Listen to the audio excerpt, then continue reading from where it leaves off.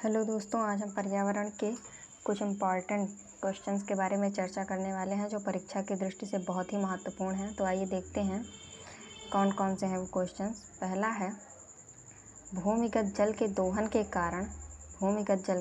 के कारण संसार का कौन सा शहर सर्वाधिक प्रभावित हुआ है। तो इसका आंसर क्या हो जाएगा, बुकलिन शहर जो है कहाँ है, यूएसए संयुक्त राज्य अमेरिका का जो है बुकलिन शहर जो है भूमिगत जल के दोहन के कारण सबसे ज़्यादा प्रभावित हुआ है, भूमिगत जल के दोहन के कारण। अगला है, क्लोरोफ्लोरोकार्बन के बाद ओजोन स्तर का दूसरा प्रमुख विध्वंसक कौन सा यौगिक है। तो कौन सा यौगिक है जो ओजोन स्तर का दूसरा प्रमुख विध्वंसक है। तो इसका आंसर हो जाएगा नाइट्रोजन डाइऑक्साइड। अगला क्वेश्चन है, ओजोन स्तर के क्षरण का पता सर्वप्रथम किसने लगाया था। ये बहुत इंपॉर्टेंट क्वेश्चन है कि ओजोन स्तर के क्षरण का पता सर्वप्रथम किसने लगाया था। इसका आंसर होगा जोसेफ फारमैन ने। किसने लगाया था, जोसेफ फारमैन ने। अगला है, अंतर्राष्ट्रीय हाइड्रोलॉजिकल दशक कब मनाया गया था। अंतर्राष्ट्रीय हाइड्रोलॉजिकल दशक कब मनाया गया था। तो 1965 से 1976 में जो है मनाया गया था ये दशक। अगला है, अपने स्थान पर शैलों तथा रिगोलिथ के विघटन तथा वियोजन की प्रक्रिया को क्या कहा जाता है। तो इसकी प्रक्रिया को कहा जाता है अपक्षय। अगला है, अपक्षय कैसी प्रक्रिया है। तो अपक्षय जो है भौमिकीय प्रक्रिया है। कैसी प्रक्रिया है अपक्षय भौमिकीय प्रक्रिया है। अगला है, हिमालय शहर के सहारे बसे तथा फैले हुए भारतीय नगरों में भूमिवाह एवं भूस्खलन का प्रमुख कारण क्या है। तो इसका आंसर होगा मनुष्य की क्रियाओं द्वारा पहाड़ी ढाल के ऊपरी भाग में समस्थिति की दशा की विक्षुब्धता एवं ढाल विनाश। ये हो जाएगा इसका आंसर। अगला क्या है, आइए देखते हैं। दक्षिण पूर्वी संयुक्त राज्य अमेरिका का नरक किस नदी को कहा जाता है। तो इसका आंसर हो जाएगा टेनेसी नदी को। टेनेसी नदी को जो है संयुक्त राज्य अमेरिका की जो है नरक इसी नदी को कहा जाता है, टेनेसी नदी को। अगला है, भारत की दामोदर नदी परियोजना किस नदी परियोजना की अनुकृति है। तो भारत की दामोदर नदी परियोजना जो है टेनेसी घाटी की नदी परियोजना है। किसकी है, टेनेसी घाटी की दामोदर नदी परियोजना। अगला है, विश्व की सर्वाधिक अवसाद का परिवहन करने वाली दो नदियाँ कौन सी हैं। तो वो दो नदियाँ कौन सी हैं, एलो नदी और गंगा नदी। अगला है, उत्तर भारत की अर्थव्यवस्था का मेरुदंड जो है कौन सी नदी है।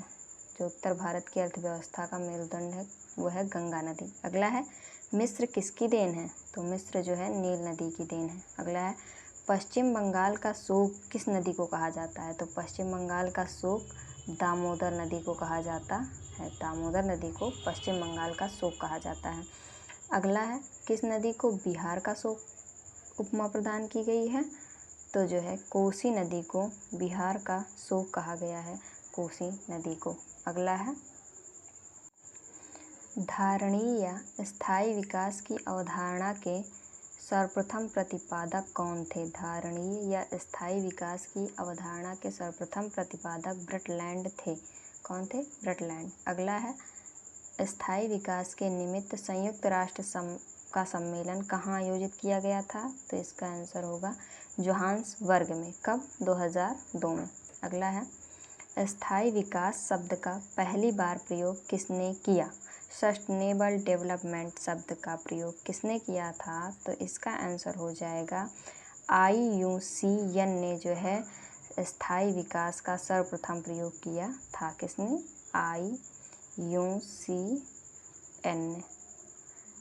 IUCN ने जो है सर्वप्रथम स्थायी विकास का प्रयोग किया था।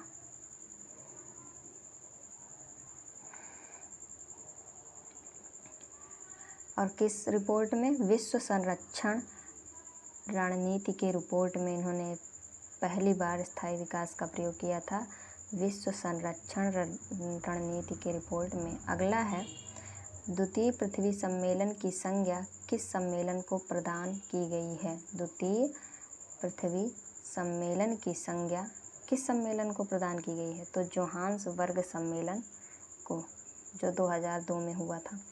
अगला है धारणीय विकास के प्रमुख 5 क्षेत्र कौन कौन से हैं? तो ये क्षेत्र जो है 5, पहला है जल, दूसरा है ऊर्जा, स्वास्थ्य, तीसरा, चौथा है कृषि, पांचवा है जैव विविधता। ये जो धारणीय विकास के मुख्य 5 क्षेत्र हैं। अगला है भारत में धारणीय विकास के दृष्टिकोण से विद्युत उत्पाद का सबसे अच्छा स्रोत कौन सा है? तो धारणीय विकास के दृष्टिकोण से विद्युत उत्पाद का सबसे अच्छा स्रोत जल विद्युत है।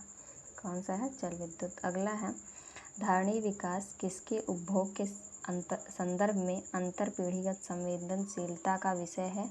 तो इसका आंसर है प्राकृतिक संसाधन।